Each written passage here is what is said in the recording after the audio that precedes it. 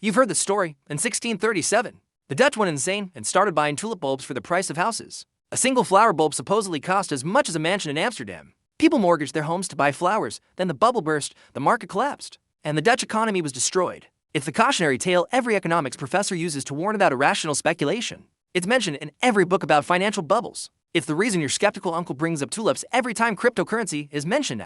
There's just one problem. Almost none of that is true. The tulip crash did happen, but it wasn't what you think it was. It wasn't really about tulips. The prices you've heard about, massively exaggerated, the economic devastation, basically didn't happen. Those stories about people trading houses for bulbs, propaganda written decades after the fact. So what actually happened in 1637, and more importantly, why has this false story persisted for almost 400 years? Because here's what's really going on. The Tulip Mania story isn't just wrong. It's deliberately wrong. It was created by people with an agenda, repeated by people who didn't check sources, and weaponized by institutions that benefit from you believing a very specific narrative. Let me show you what they're hiding out first. Let's establish what everyone thinks they know about Tulip Mania, because this myth is so embedded in culture that we need to understand what we're actually debunking. The story goes like this. Tulips arrived in Europe from the Ottoman Empire in the mid-1500s. The Dutch loved them. By the 1630s, demand for rare tulip bulbs was skyrocketing. People were buying and selling bulbs at increasingly absurd prices. At the peak of the mania in early 1637, a single Semper Augustus bulb, the most prized variety, allegedly sold for 6,000 guilders. That's supposedly equivalent to 10 times the annual income of a skilled craftsman, some accounts. Claim bulbs were traded for entire estates, complete with land, livestock, and buildings. Then in February 1637, the market suddenly collapsed. Buyers disappeared. Prices cratered.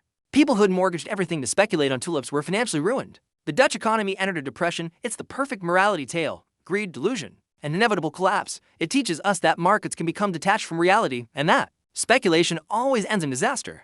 Except here's what actually happened. In the 1980s and 1990s, economic historians actually went back to look at the original Dutch records from 1637. Not the books written about Tulip Mania decades later, but the actual transaction records, court documents, and financial ledgers from the period, and what they found was shocking. First, those astronomical prices, they barely existed. That's 6,000 guilder Semper Augustus bulb. Historians have found maybe one or two transactions at that level, and they happened in 1637 during what was essentially an auction of rare collector's items. After a wealthy tulip enthusiast died, it wasn't a typical market price. It was an estate sale of extremely rare bulbs. The vast majority of tulip trading in 1636 to 1637 involved much cheaper bulbs, selling for prices between 10 and 100 guilders. Still significant money, but not price of house money. More like nice piece of furniture money. Second, almost nobody was mortgaging houses to buy tulips. Historian and Goldger spent years researching this and found records of only a handful of people who suffered significant financial losses. We rate talking maybe 30 to 40 people in the entire Dutch Republic who were seriously financially harmed by the tulip trade. The Dutch Republic had a population of about 2 million people. If 40 people lost money on tulips, that's 0.02% of the population. This wasn't a national crisis. It was a minor market correction that affected a tiny group of speculators. Third, there was no economic depression. The Dutch economy in the late 1630s was booming. 1637 was right in the middle of the Dutch Golden Age. Amsterdam was becoming the financial capital of Europe. Dutch shipping dominated global trade. The tulip crash, such as it was, had zero measurable impact on the broader economy. So, if the crash wasn't that significant, where did all these stories come from? Here's where it gets interesting. Most of what we know about Tulip Mania comes from 3 pamphlets written in late 1637. Several months after the crash, they weren't objective historical accounts. They were moral propaganda written by Dutch Calvinists who were horrified by the gambling and speculation they saw happening. These pamphlets portrayed tulip traders as foolish sinners being punished by God. They exaggerated the prices, invented stories about people losing everything, and claimed the crash was divine judgment on a society that had lost its moral compass. And here's the key thing. These pamphlets weren't describing what happened. They were trying to prevent similar behavior in the future by scaring people with horror stories. It's like if someone in 2025 wrote a pamphlet claiming that everyone who bought cryptocurrency in 2021 lost their homes and was living on the street. It's not accurate, but it makes a good morality tale if you're trying to discourage speculation. Then in the 1840s to 100 years after the tulip crash, a Scottish journalist named Charles Mackay published a book called Extraordinary Popular Delusions and the Madness of Crowds. This book had a long chapter on Tulip Mania that basically repeated all the propaganda from those 1637 pamphlets.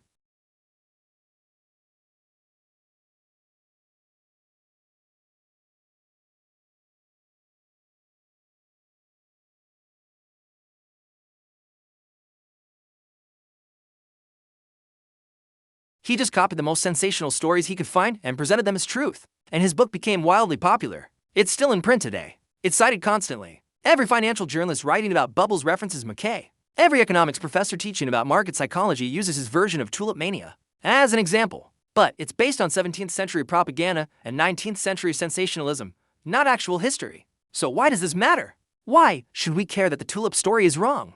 Because the Tulip Mania myth serves a purpose. It's used to push a very specific worldview about markets, an understanding that helps us see what's really going on. Let's talk about who benefits when everyone believes the tulip story. First, financial institutions and traditional investors. The tulip myth is constantly used to dismiss new assets or unconventional investments as Tulip Mania 2.0, Bitcoin, tulips, NFTs, tulips, meme stocks, tulips. Anytime regular people start making money on something that traditional finance doesn't control, out comes the tulip comparison. But hear us what this does. It discourages ordinary people from participating in new markets while institutional investors quietly position themselves. By the time the institutions declare something legitimate, the biggest gains are over and retail investors are left behind at the top.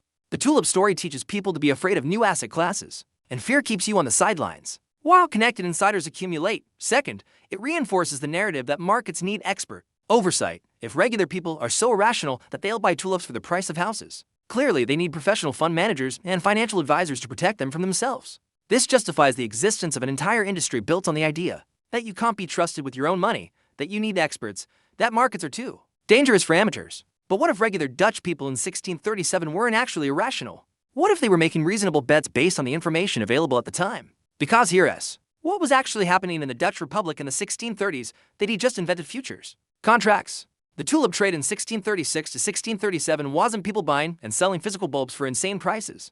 It was people trading futures contracts for bulbs that would be delivered months later. Here is how it worked. Tulip bulbs can only be planted in autumn and harvested in late spring. So, if you wanted to buy bulbs in January, you couldn't actually get them until June. Instead, you bought a contract promising delivery of bulbs in June at an agreed-upon price. This is a futures contract, and in the 1630s, this was cutting-edge financial technology. The Dutch were pioneers in financial innovation. They just created the first modern stock exchange. They were developing new instruments for managing risk in international trade. Futures contracts were part of this explosion of financial creativity, and for a while, tulip futures were a reasonable investment. Tulips were a luxury good with genuine demand. Wealthy people across Europe wanted them. Prices have been steadily rising for years. If you bought a futures contract for tulip bulbs to be delivered in 6 months, you could reasonably expect to sell those bulbs for a profit. Then in early 1637, something changed. Buyers stopped showing up. Why?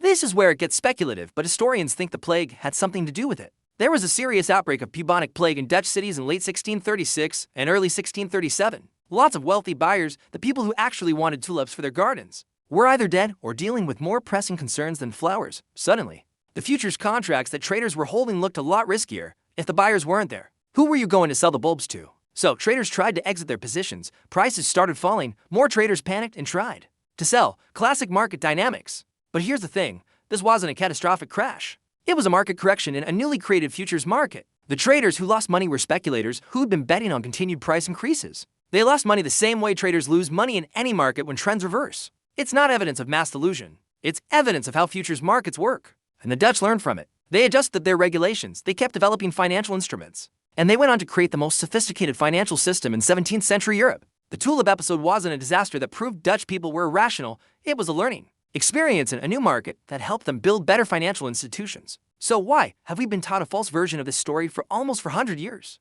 Because narratives are tools. The Tulip Mania story is useful for people who want to convince you that markets are dangerous, that speculation is sinful, that new assets are probably scams, and that you need experts to protect you from yourself. It's useful for discrediting anything that challenges established financial power. Bitcoin.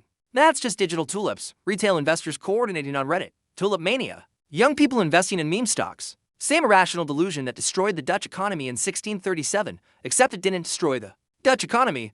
It wasn't even a particularly significant event at the time.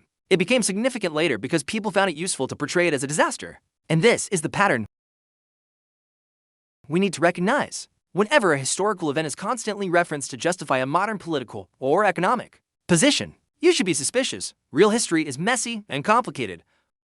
When a story is too perfect, too clean, too useful as a morality tale, someone probably simplified it to push an agenda. The real story of the Tulip Crash is actually way more interesting than the myth. It's about financial innovation, how new markets develop, how societies learn from mistakes, and how futures contracts work. It's about the Dutch Republic experimenting with capitalism and creating tools we still use today. But that story doesn't scare people away from new investments. It doesn't justify the financial services industry. It doesn't make you feel smart for avoiding speculative assets.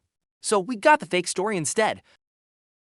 The one about irrational crowds and flowers that cost more than houses, the one that makes sure you stay afraid of anything that looks different from what the experts approve. Next time someone brings up Tulip Mania to dismiss something you're interested in, you can tell them the real story. Tell them about the future's contracts, the plague, the 40 people who actually lost money, and the 19th century journalist who made up most of the details we remember. Tell them the Tulip Crash wasn't really about tulips, it was about innovation, learning, and adaptation. And the myth that replaced the truth, that's about control.